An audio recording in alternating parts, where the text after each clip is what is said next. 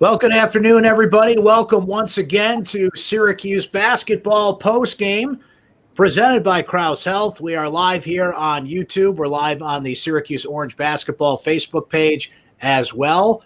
Just a reminder that we do put this on YouTube. You can find it on our YouTube sports page, Syracuse Orange Sports. You can find it embedded in my podcast on syracuse.com as well. We are coming to you after a Panther pounding.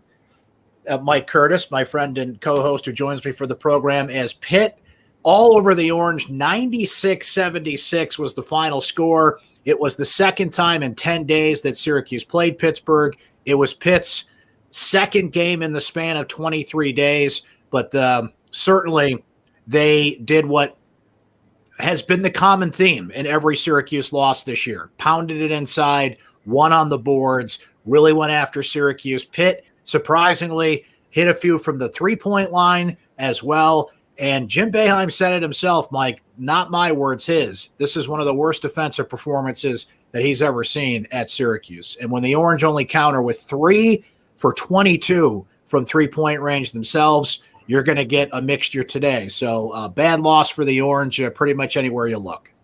Absolutely. And like Boeheim said, the defense was horrendous.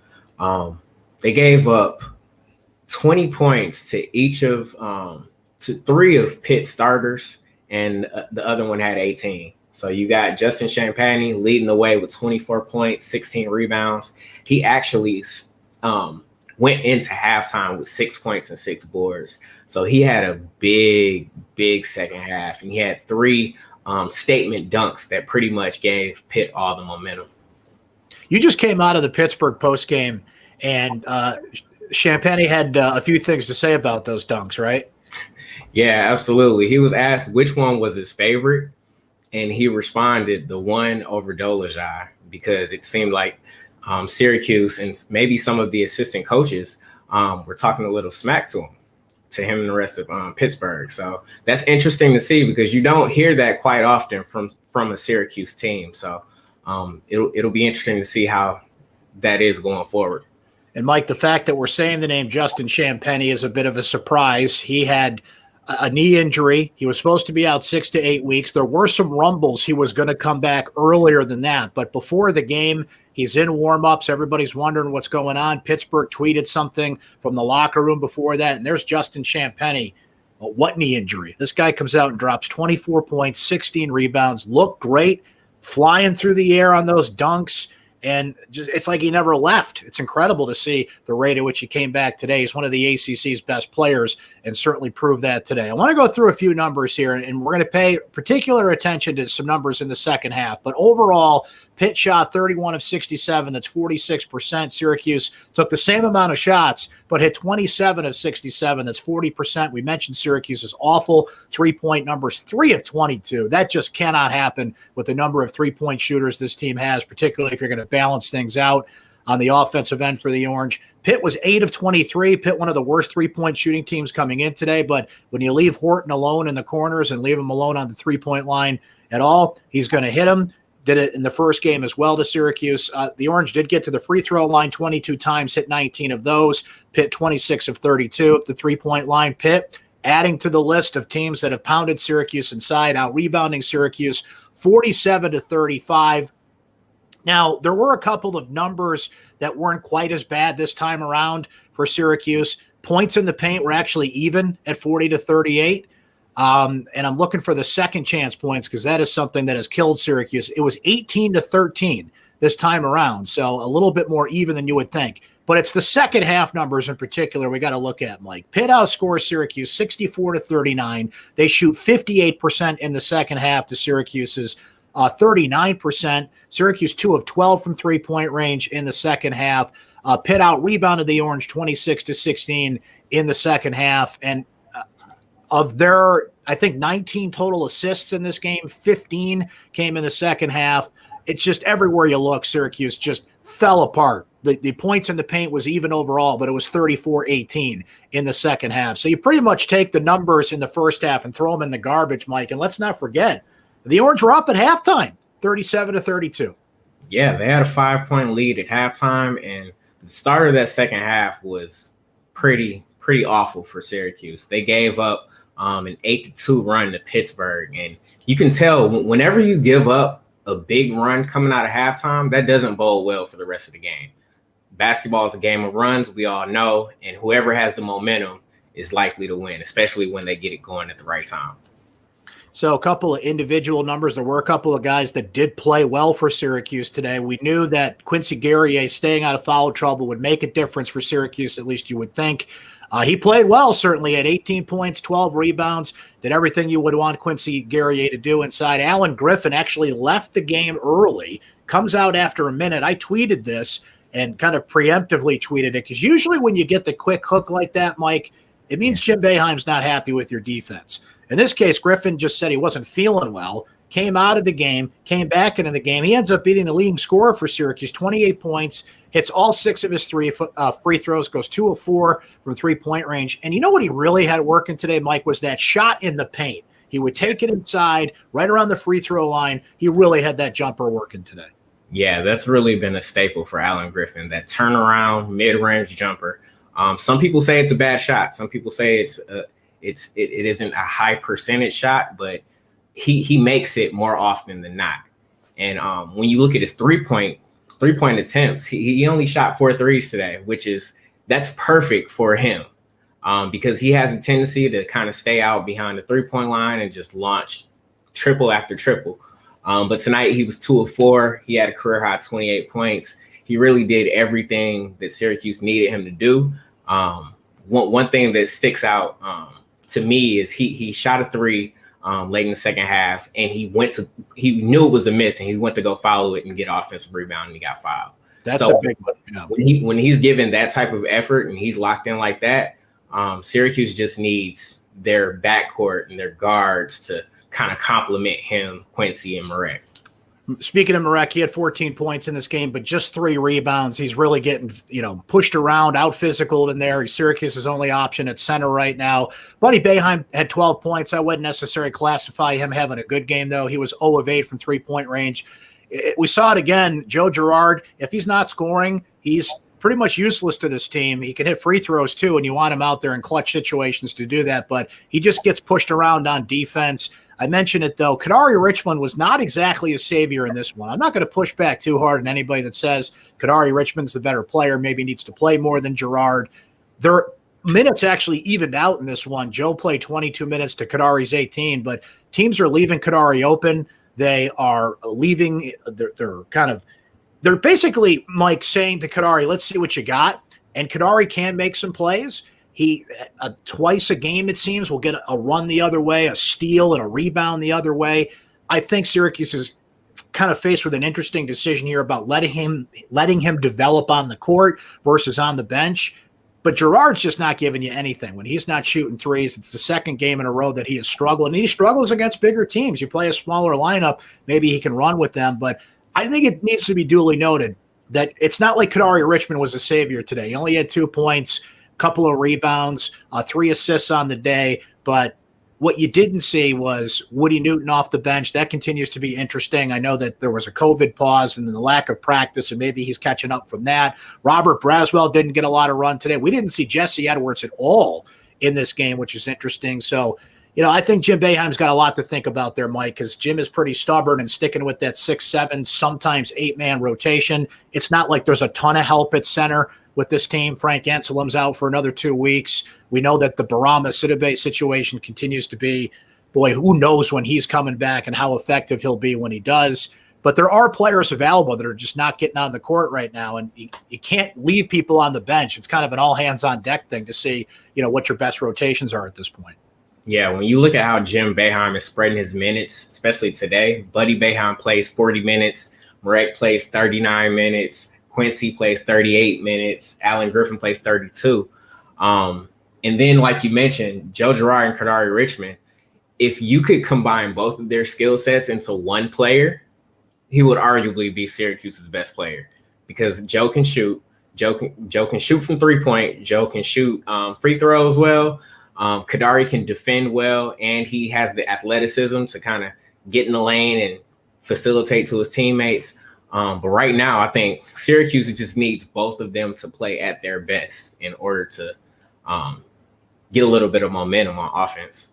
So Syracuse falls to 1-3 in the ACC with this loss, 7-4 overall. Mike, 4 of their next 5 are at home. We're going to respond to some of your comments coming up here. You guys are really going at it there and very active in the comments, as I would imagine you would be after a loss like this. 4 of Syracuse's next 5 games are at home, and there's a lot of teams in there that are a top 60, 65 KenPom rating. So there is opportunity to come for Syracuse to pick up some quality wins. But as Yogi once said, it's getting late early around here. This is 2 bad losses for Syracuse to Pittsburgh in terms of just the way they lost the first game where they blew an 18-point lead, fall in the second half. The way they lost this game where defense was not to be seen. It's also bad on the resume, Mike, because Pitt is like 78th, I believe, currently in KenPom. So Syracuse does not have a quality win to be found. I think there's 12 games left on the schedule, something of that note, and they got to start picking up some wins in a hurry if they're going to be in the conversation for what will be a interesting tournament to see how they determine who's in and out based on the uneven amount of games and everything. But right now, they're clearly out, and they don't look like a tournament team. Yeah, right now, I think the last projection I saw that Syracuse was on the first 4 to be out. That's not a good sign at this point, especially if you keep giving up wins like they did today. This 20-point loss was bad. And again, it goes back to the old rebounding adage. When Syracuse leads the game in rebounds, they win. When they lose the battle of the boards, they lose. It's just that simple. It's just that simple. And rebounding wasn't a focal point today because the defense was so bad. But that's still a constant struggle for Syracuse. Looking at some of the comments, appreciate everybody checking in from wherever you are today out there on this Saturday afternoon. Christian noting, disappointed to have a coach admit that something was terrible and didn't work, but did little but nothing to change it. Kadari was the only change that was made. Dolzai, 4 rebounds total in the last 2 games. That's not going to do it. I think both fair points there by Christian. Thomas saying that Gerard's kind of a small school guy. Dave saying, usually don't say anything about the zone, but with this team, they're not active and no one except Quincy will put a body on anyone going for a rebound. An awful showing for the Orange. Thomas thinks it's the worst zone the last 4 years. And that's interesting, Mike, because obviously it's a Boeheim staple. It's the players you go after and recruit, but they made a choice in recruiting in that you go after kind of those longer project players, the Frank Anselms, the Jesse Edwards of the world, but they take longer to develop. They're like offensive linemen in football. It just takes longer for those players to develop. Syracuse just doesn't have that true big man other than Quincy Guerrier. You need 2 or 3 of those guys on a roster. I mean, they tried to get Isaiah Stewart. There were players, Qadis Wahab from Georgetown, who they just played and didn't get him. But there is a clear gaping hole in the middle of this team, mostly on the defensive end, but rebounding-wise everywhere. So if you're going to have that lack of size, you've got to make up for it on offense. You got to move the ball. You got to get steals out of the zone. And you can't go 3 of 22 from three-point range. It's a small list to check for Syracuse to win. Their options just don't seem to be there, particularly with the lack of size right now. And if they're going to continue to slide down the hill defensively, it's going to be interesting, Mike, because you can fall out of favor real quickly in the ACC if this is how you're playing. Yeah, absolutely. I always thought it's so interesting how these players are being recruited and they're not playing that much zone in high school. They're playing 90% of the time. They're playing in a zone for Jim Boeheim, and it's like you kind of have to make that adjustment on the fly. You're coming in, you're doing it in practice, and then you have to translate it to a game, and sometimes that can be tough. Neil in Southern Cal, appreciate you checking in. And Cali, Neil, makes a good point here. He says, Pitt made big adjustments at the half. Syracuse seemed lost in the second half and ended up getting crushed. We need to be better and understand how the first half goes and make changes. That didn't seem to happen during our last couple of losses. Win or lose, love the show. Appreciate that, Neil. Appreciate you watching and checking in. Pitt just seemed to play harder in this game. I'm not saying that Syracuse, once it became a big, 10, 12, 14-point lead, Syracuse lost some of its edge. But in the first game, Mike, when it was close and Syracuse didn't even lose the lead until the last 10 seconds, there's just a certain energy that Pitt plays with. They moved the ball better today. They were a much more balanced offensive team. They're typically not a good three-point shooting team, but when you're going to give Horton all those open shots, he's going to make them. I don't know what that is with Syracuse, but there just seems to be a lack of energy at times. It happens on offense, too. When they get up 8, 10 points, and the ball slows down, they start playing iso ball. That to me is, there's a little self-motivation that's got to be there. It's hard when there's no fans in the stands and everything, and it's a self-energizing thing. But to be at this point of the season and still see those gaps from Syracuse there, you got to look at coaching and say what message is not coming through there from Boeheim, from the assistant coaches, whatever the case may be, that this team just falls in these lags right now. It's disappointing to see.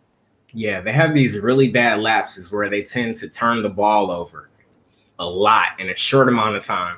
And you can go back to the second half when Alan Griffin pretty much got the ball taken from him by Justin Champagnie, and that led to a fast break dunk. And then I think on the next play later, Joe Girard just threw it away, and Marek Dolezaj had to foul the guy to prevent a fast break, and that they thought that was his fourth foul, but it ended up being his third. But when you tend to turn the ball over like that in such a short amount of time, you give the other team a lot of momentum. David makes this point that Griffin turns the ball over a lot. Jim Boeheim told me Thursday, I interview the coach once a week on radio, and he said that's his big concern with Griffin right now, that I'll look up his turnovers in this game, but he's generally turning the ball over about 4 or 5 times a game, just 3 in this one. And Mike, it's amazing to look at the box score and see that Syracuse had 5 turnovers in this game, to see that Pitt only had 6 turnovers in this game. I mean, the box score was a little off in some ways, but that's accurate. It's not like there was a ton of turnovers on both sides. So let me pull up the numbers here just to so turnovers, where are we here? I just had it. Yeah, Syracuse had 5 turnovers. Pitt had 6. I mean, in a game like this, for those numbers to be so low is amazing to think about. But David's point is right. Griffin does turn the ball over a little bit. He's getting used to a bigger role at Syracuse. At Illinois, they basically asked him to park on the 3-point line and be a spot shooter. Syracuse is asking him to do more. Now, I'll counter that by saying he got in the paint, he hit those shots, scored 28 points. You got to make that sacrifice because Griffin scores, and he's an offensive-minded player. Defensively, he's got some issues. But could you make room for Braswell on certain positions out there with the size he brings? And Robert Braswell has looked good defensively. Usually if you're not coming off the bench for Jim Boeheim, it's because you can't defend. That's not the case with Braswell. He's actually a pretty good defender. Yeah, Braswell only got 8 minutes today, and most of those minutes came when Griffin left early in the first half. And I like to think what would have happened if he would have gotten more chances to get some action out there, because he's Syracuse's best defensive player out on the wing, in my opinion.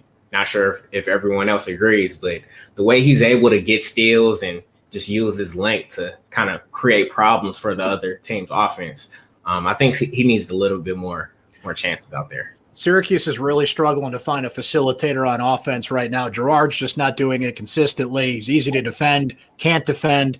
I think Kadari Richmond will get there at some point, but he's a freshman. He's going to make some mistakes, and he's got to play his way through that. And I brought it up how Pitt did it again. They basically gave him a lot of room and said, what do you got, kid? Let's see it. And he's just not there as a player yet. Buddy's not a good defender. And even though Buddy's 6'6", you put a hand in his face, you can alter a shot. He can get over a lot of defenders being 6'6", but you just kind of check off the list there. Joe, Buddy, and Allen are offensive-minded players. Defensively, you're making a sacrifice there. Quincy's obviously coming around as an all-around talent. I have no complaints about him right now. Marek does what he can defensively, but the guy's 200 pounds soaking wet. He's going to get pushed around a little bit in there. So what makes Syracuse defenses typically good, Mike, is when you've got big guards at the top of the zone.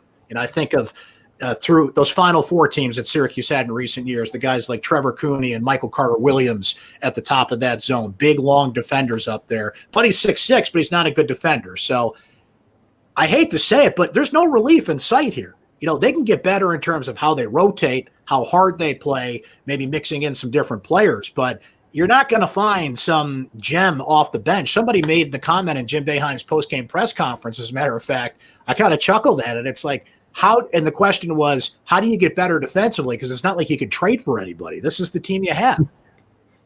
Yeah. It's like you have what you have. You've recruited these players. You can't control if some of your team, your starters, get hurt.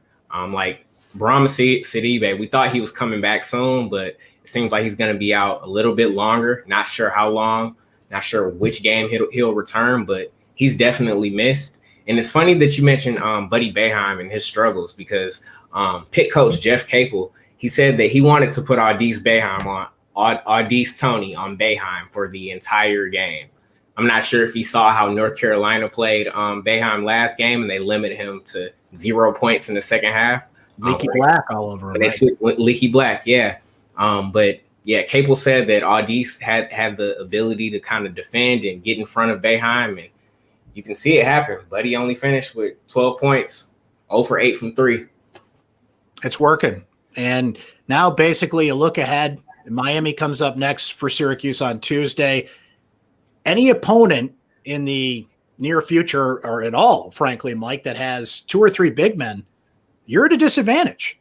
You know, you look at the rebounding numbers. Syracuse just can't rebound at all right now. And they're starting every game with almost, like a weight on their ankles, with an immediate disadvantage because they just cannot rebound the basketball. So we'll see how the Orange do going forward here. Somebody said it here in the comments, and I agree with you. Hopefully the Bills will lift our spirits tonight as they take on the Ravens in the AFC Divisional Championship game. If you're watching this later on YouTube after that game, let's hope it's after a Bills victory. But that's going to do it for Mike and I for this edition of Syracuse Basketball Postgame presented by Krause Health. Thanks for everybody who was hanging out with us here live in the comments. Mike, thank you. We'll get to work writing some stories for you. Please check out all of our coverage on syracuse.com the rest of Saturday afternoon and through the weekend as well. You guys enjoy the rest of your weekend. We'll talk to you again Tuesday night after Syracuse takes on Miami. Thanks, guys. Take care.